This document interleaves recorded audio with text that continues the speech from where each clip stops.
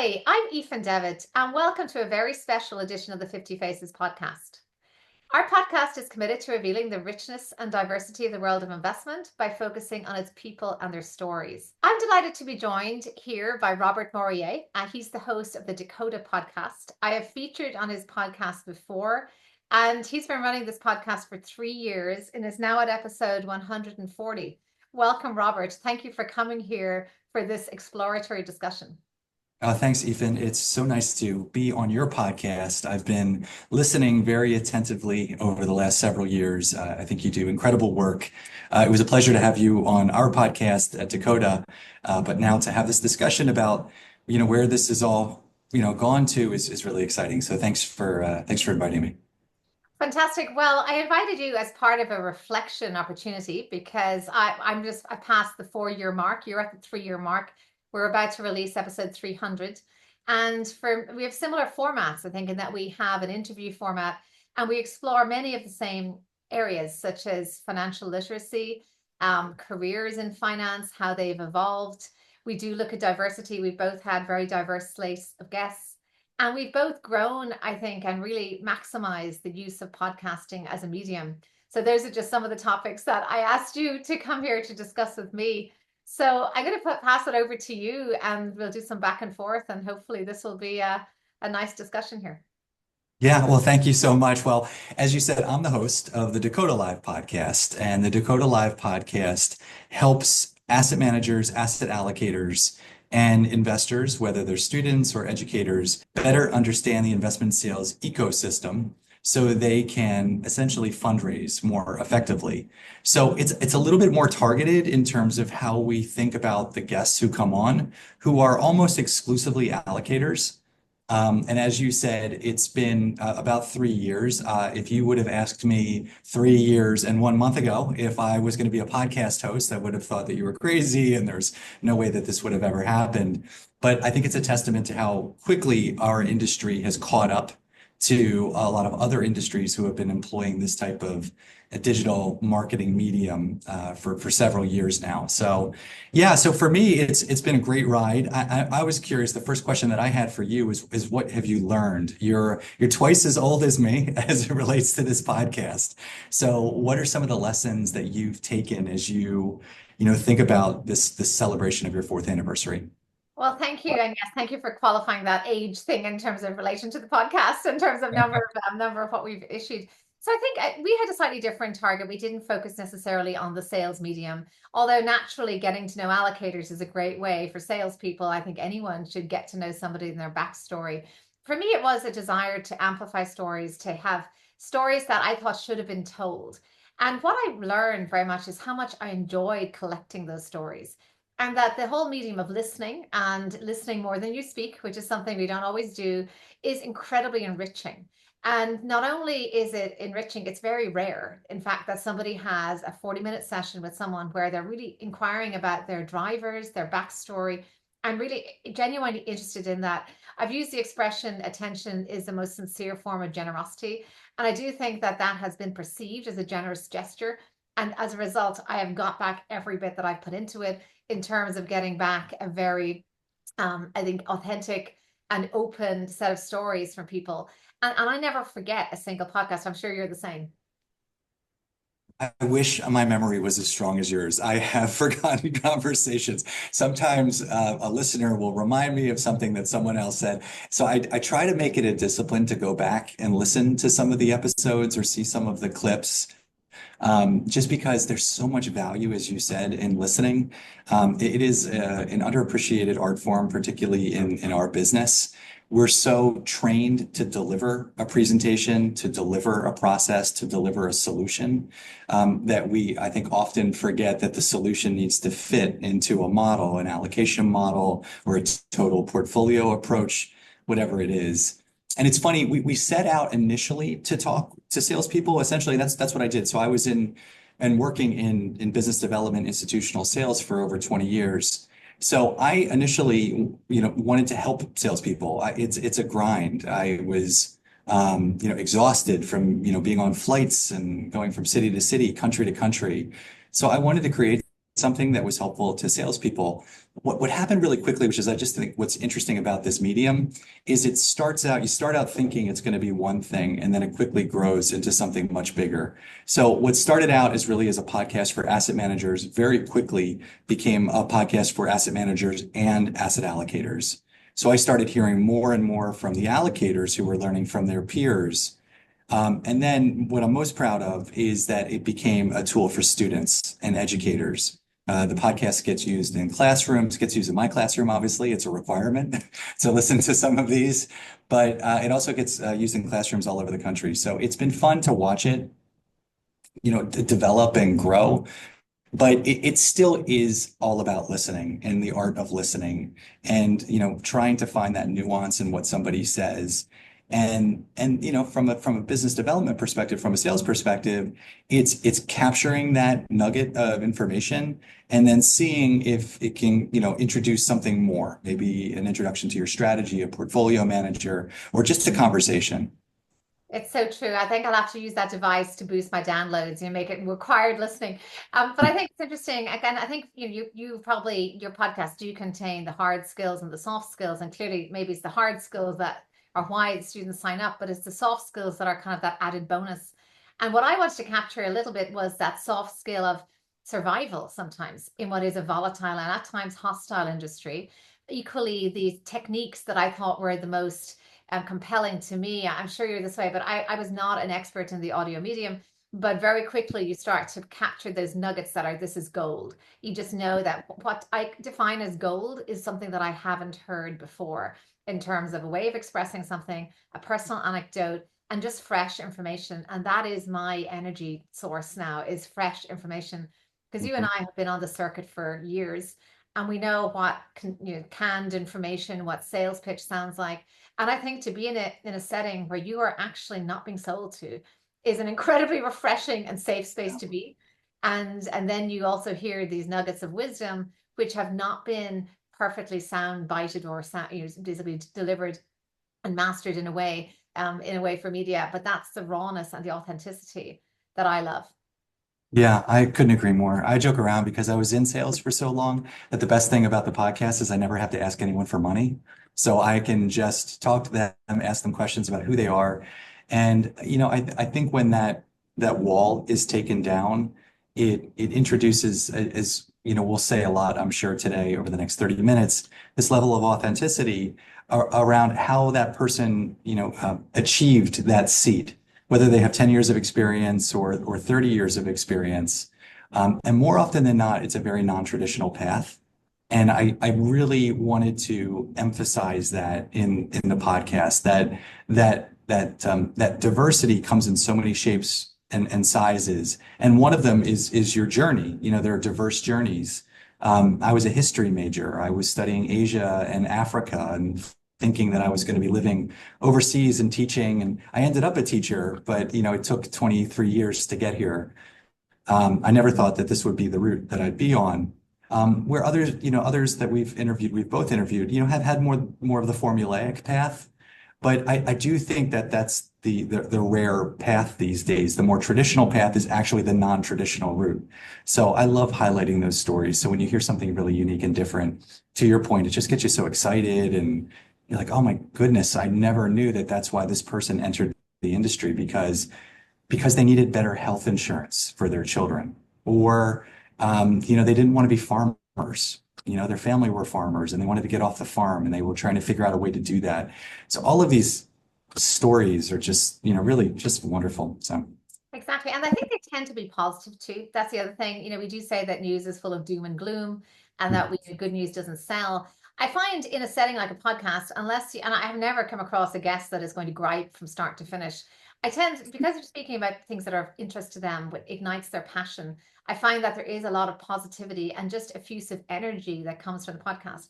And that is contagious. I think it's hard not to smile when you're listening. I usually do my recordings audio only because I actually like to experience hearing it as a podcast listener would hear it without hand gestures, without eyes communicating a message.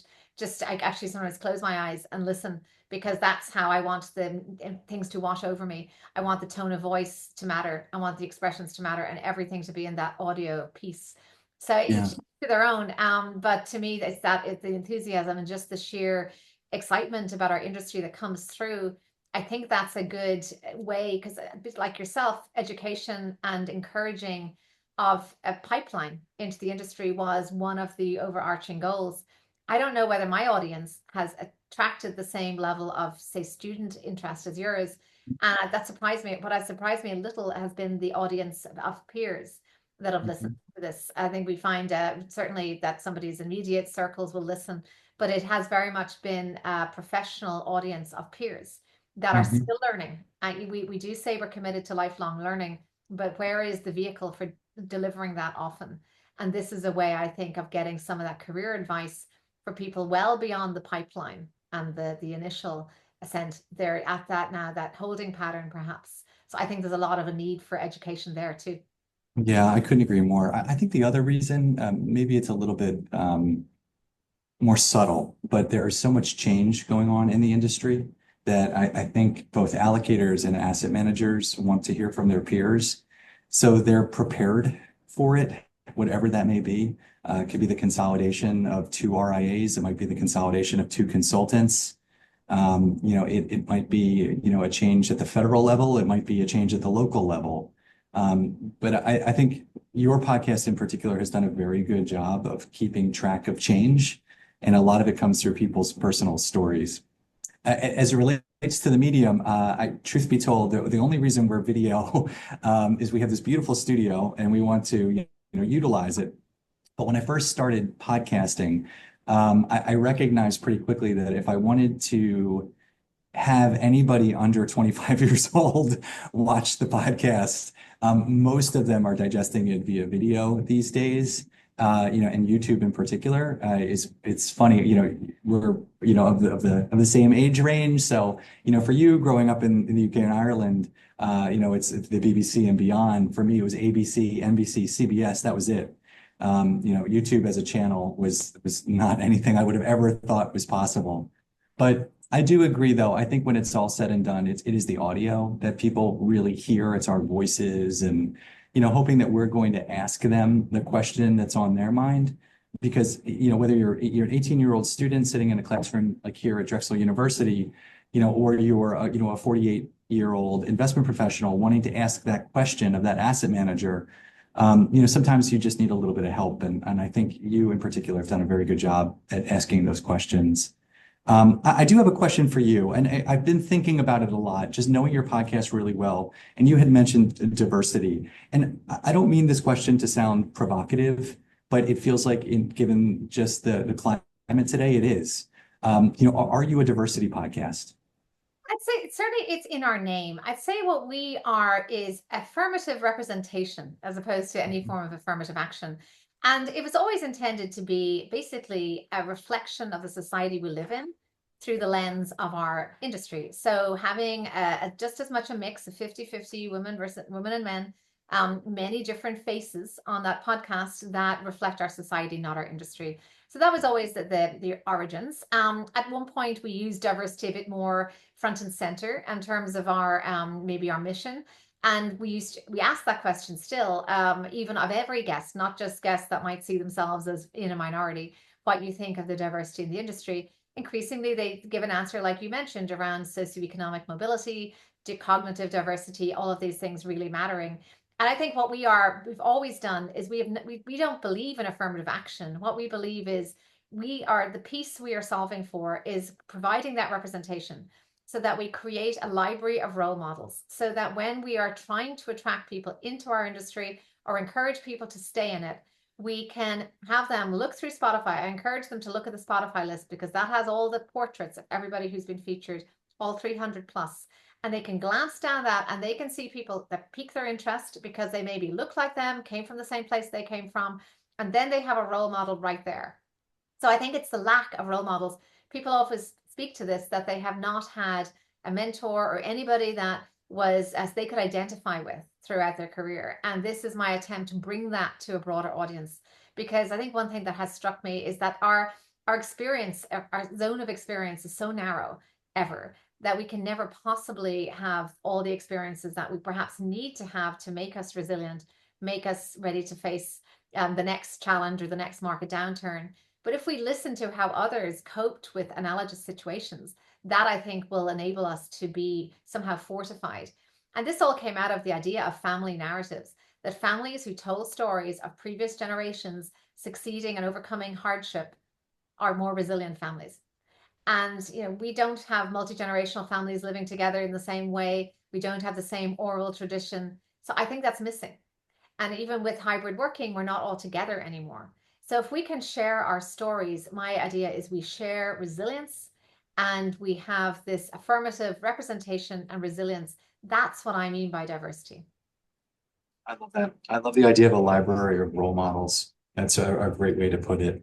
It's interesting. We didn't, the Dakota Live podcast, we didn't set out to be a diversity podcast either. We didn't use it in our descriptions or the way that we talked about topics with our guests. And that wasn't by design. It was just that we wanted to, again, target a very specific need in the industry at the time that we launched.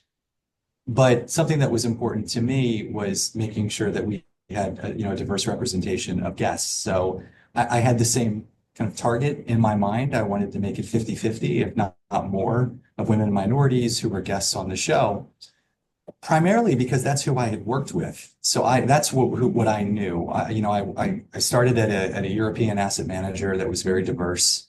I went on, to work at Goldman Sachs, which was a very large, diverse organization.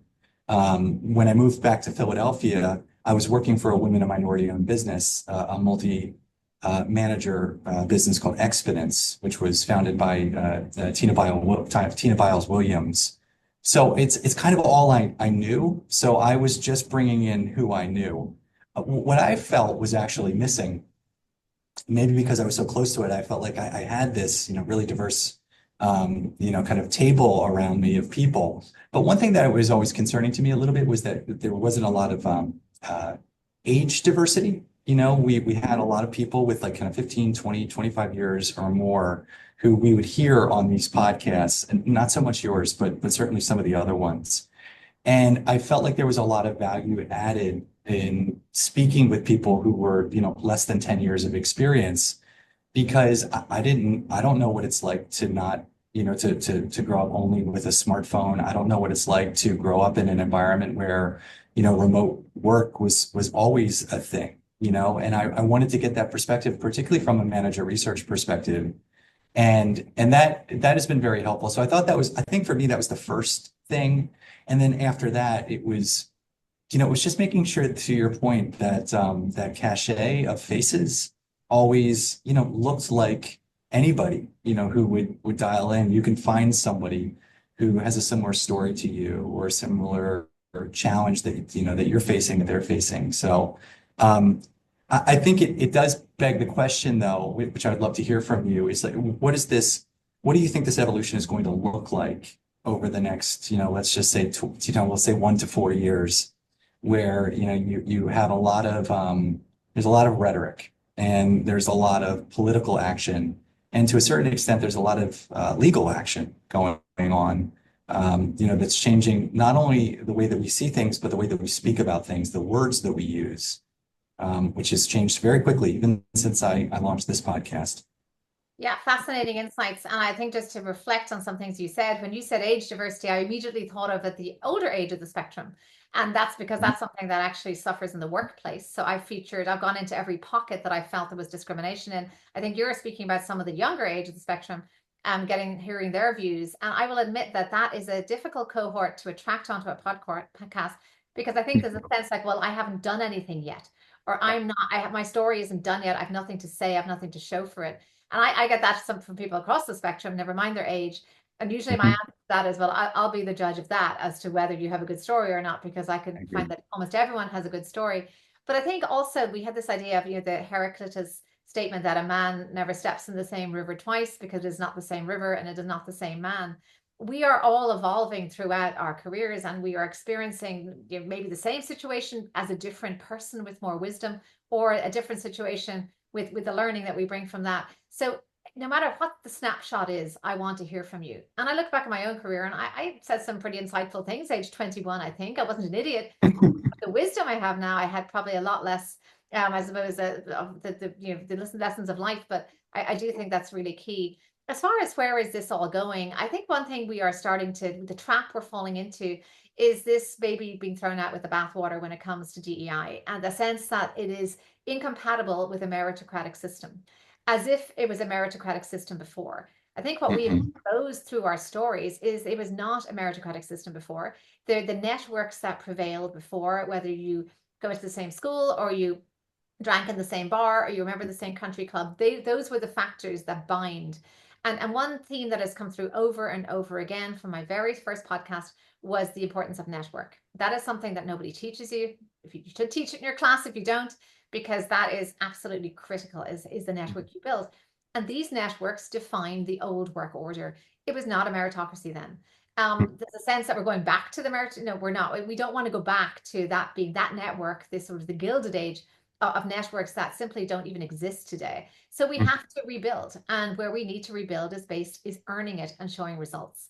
So what I'm trying to do is not only cut through some of these old network, I suppose the frozen in time, these network the arteries, say to speak, in terms of how business got done, by busting through them, by trying to first of all force people into or encourage people to make more connections, but equally try to show great people doing great work who happen to be diverse. I don't bring Yeah. someone on the pod. There's no such thing as a diversity hire on the 50 Faces podcast. I don't bring somebody on because they have a certain look. I bring somebody on because I've been impressed by what they do and I want to hear their story. If they have a certain look, that just adds to the mix we have. So that's, I think, how we will go with diversity is we have to keep showing up and using as role models people who just do good work. But we Hmm. will not have enough people doing good work if they're not shown the path. And the path is through networking, through role models, mentorship, and basically having an open opportunity set. Yeah, yeah, that's all wonderful insights. I'm glad you brought up networking. It just had me thinking. I'm lucky in a sense. I teach venture capital. I teach early stage, specifically early stage venture capital. So for anyone who's not watching this podcast, I'm sitting in Drexel University's venture capital incubator. So we incubate companies all around me. So there are 30 startups that are just kind of surrounding me right now, coming up with ideas or executing, on business plans. And in venture, in particular, in early stage, just private markets, it's so important to understand your network and who is working with you, helping you work, assisting you on this journey. So in some ways, it's made it a little easier, have a tailwind of networking because in venture in particular, it's so referral based and and it's also very like kind of geographically oriented. So you have to know certain markets very well. And I've been grateful that we kind of teach that in the classroom through this experiential learning, mostly through guests. Though I do say often, and I ask this question often, the guests who come on always stress networking. It's the most important thing. Most of the time, they'll stress networking is the most important thing a college age student can be doing in order to help their careers. But it's really hard. And I hear that time and again from younger people that it's not as easy as you think. And those modes of transportation that we have had historically are very different. It's digital, so it looks like it's easier, just like it looks like I have a lot of friends on Facebook, but in the reality, I'm a home alone, typing on my computer. It's kind of the same thing with networking. So I think one thing we really try to encourage, at least in the classroom, is getting out, getting out away from your computer, taking your earbuds out of your ears, actually engaging with somebody who's standing next to you in line at Starbucks, or taking your headphones off at the gym, or talking to the person who's sitting next to you on the flight, because you never know where those conversations are going to go. And I have a real life example. I was sitting on a flight with my oldest daughter, Margot, and I'm by myself with my daughter, so I think I have it bad. This is tough. I'm trying to get my kids, and that was only at one of them. And then I look to my left, and there's a person sitting directly next to me, and she has three children next to her, and one of those children had a disability. And so I'm immediately level set that, okay, I'm going to be fine. This incredible person is getting it done. And I said something to her. I said, I just want to say I'm impressed. It's amazing that you're doing all this. And that conversation is now her as my co-professor, teaching a class called Funding for Impact, where we look at venture capital principles for nonprofits, how to measure outcomes. Her name is Dr. Danielle Barber. She's at the University of Colorado. She teaches at Colorado Children's Hospital. She was here at Children's Hospital Philadelphia. And we're going to use the foundation that she's very much a part of because of her daughter in the classroom. And that's because I sat next to her on a flight. And that's the kind of thing that I really try to stress with students, that the networking opportunities, the LinkedIn is helpful. It flattens it, or the classroom and a guest speaker, it's helpful. It flattens it. But it's up to you, to have that courage and that confidence as best you can muster. Fake it if you need to, but as best you can, and ask how somebody's doing. That's all I did. I just asked Dr. Barber how she's doing. And we were both tired, and she was really tired because she was also moving to Denver. But I think those are wonderful insights, Ethan. I think particularly the power of networking and the strength of relationships. So thanks for sharing that. It reminded me of all that. Yeah, I also, the only time I'd say yes, keep your headphones in is when you're listening to a podcast, because of course then you get some great insights. But I've learned a lot. I listened to one of my favorite podcasts is Pivot with Scott Galloway and Kara Swisher, Mhm. and that he talks on that podcast about a little bit about the value of money and the things that really have value in life. And one of the things he says is a compliment, well placed and sincerely meant, can actually be the most valuable gift you can give somebody. And I will say that type of thing, when it comes to networking, I think you start with giving either of compliments, obviously sincere ones, and also giving of your time and your effort and just helping others. If that's how you start, networking will not be difficult. And I think it will come more naturally. And I will say that one of the issues I also think is with connections and promotions, etc., is we do have this problem of mirror neurons. The problem being that we have this manosphere podcast now, where we have a lot of young male hosts, listeners, audience, and there's a mirror neuron effect. I think these are the new role models. I don't know that we can ever fully break that, but I think what we can do is showcase interesting perspectives that go well beyond someone's identity, that move away from identity politics and have a more of a kind of a cognitive alliances perhaps that are built around, because that I think is how we will break the mirror neuron problem. I will say that when it comes to compliments, I do a lot of media. I get a lot more compliments from men who completely reach out to Mhm. me on LinkedIn and have that gesture. And I think Mhm. that support, that kind of proactive support, is something that maybe we all need to think about doing more. Yeah, that's a great point. Really interesting. Well, if you start talking about conspiracy theories, I'll be worried, Ethan. I hope you don't start going down that podcast route.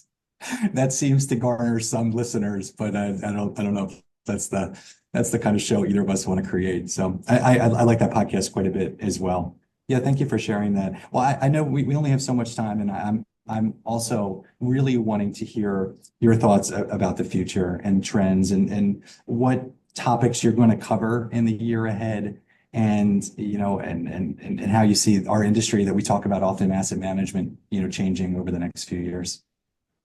Great question. And I just about to wrap my first series this year, and there's been a lot of sustainable finance and ESG topics in there. A lot of net zero, nature-based investing, and this comes at a time of tremendous headwinds around the strategies. Many asset managers deselecting from membership of these net zero alliances, the voluntary organization dropping ESG. So it came at a very interesting time, because we obviously asked this question of all of the guests, but I have a particularly concentrated cluster. So clearly that's where there's still a lot of action. And I think but the opportunity to ask these guests who have been passionate around sustainable finance, what they say about the headwinds, whether there's been the laziness and labeling, whether it's just got too sloppy on that side, and whether we got kind of too big for our britches. I think that has been a great and a way of really kind of trimming it to size. And I'm hoping that also enables us to get out of the polarization that we're in, because politics is one thing, and we can't single-handedly fix that, certainly between us, but we can at least bring the conversation around investment out of those polls. Because if we try to bring it to the corporate reality, try to knit together a unity and a common purpose in some of these investments, I think we will get more listeners tuning in and not tuning out when they hear a certain label. So maybe that means we have to drop labels. The other thing I think we need much more challenges around governance. And that has been something that really troubles me for some time. I think this is something that's not getting better, it's getting worse. The ability to challenge the use of hybrid board meetings and the increased complexity of things from sustainable finance to digital assets to some of the more I say complex instruments that are still being devised. It is forcing people, and attention spans are shorter. We know that people are not, apart from the people who listen to a 3 hour Joe Rogan, most people would prefer to have small sound bites. So we don't have the time to digest long piece of information, which means that there is a desire for less engagement, less robust debate. I like to create these salons, and I'm looking forward to a podcast we're going to do in the next week or so, where we have a nice debate of ideas, because I think that debating ideas in a respectful setting is a way to again get out of the polls and into the middle, and actually get into real substantive debate that is not going to be about name calling and identity. Because that to me, if we translate that to governance, I think we have to train all of us to work with conflict. We're in a world of conflict. Work with conflict and achieve something. We may achieve maybe a compromise from our own ideals.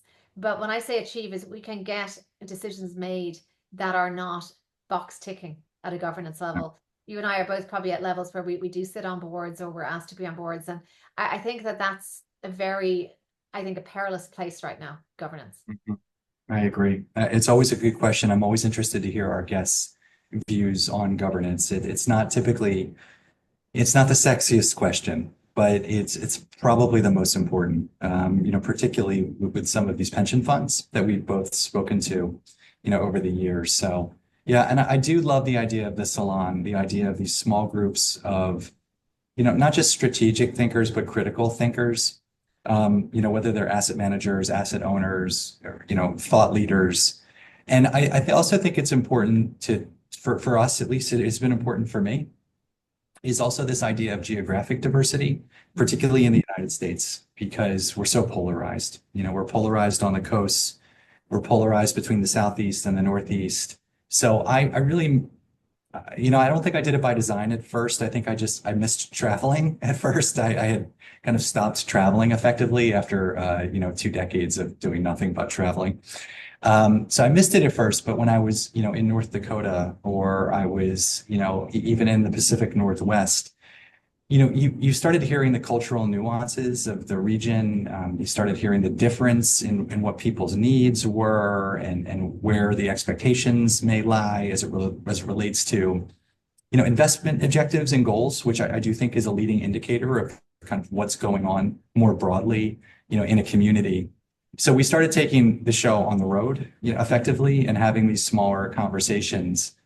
And to me, that's been I think the most rewarding thing as it relates to, not just the personal side, but also kind of where I see this going. I think having those more kind of, it's not just people thinking exactly the same about the same things. We're all reading the same paper, and we're all digesting the same articles.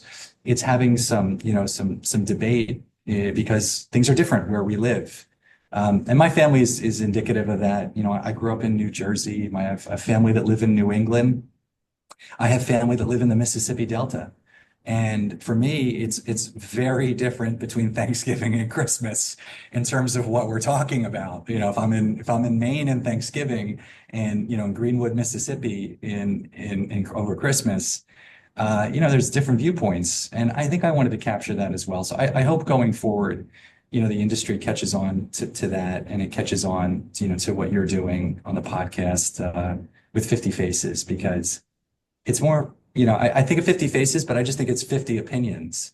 And then you can kind of aggregate them, and then you take them and you say, okay, we're not going to solve this today, but this is what's interesting about your opinion. This is what's interesting about my opinion, and where can we meet? And that's how solutions are created, in my opinion. So I hope there's more of that as we go forward. You're doing a great job, though, Ethan. I love that, and thank you. But also, just to conclude, I think you mentioned critical thinking is a great one, because that is the one thing I think, first of all, we all need to do more of with AI generated content.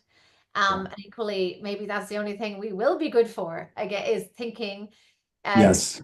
synthesizing ideas which are in a fresh and original way. I think originality is going to still hopefully be the vestige of the human being, the human thinker, I couldn't, and original critical thinking. And I I know, couldn't agree more.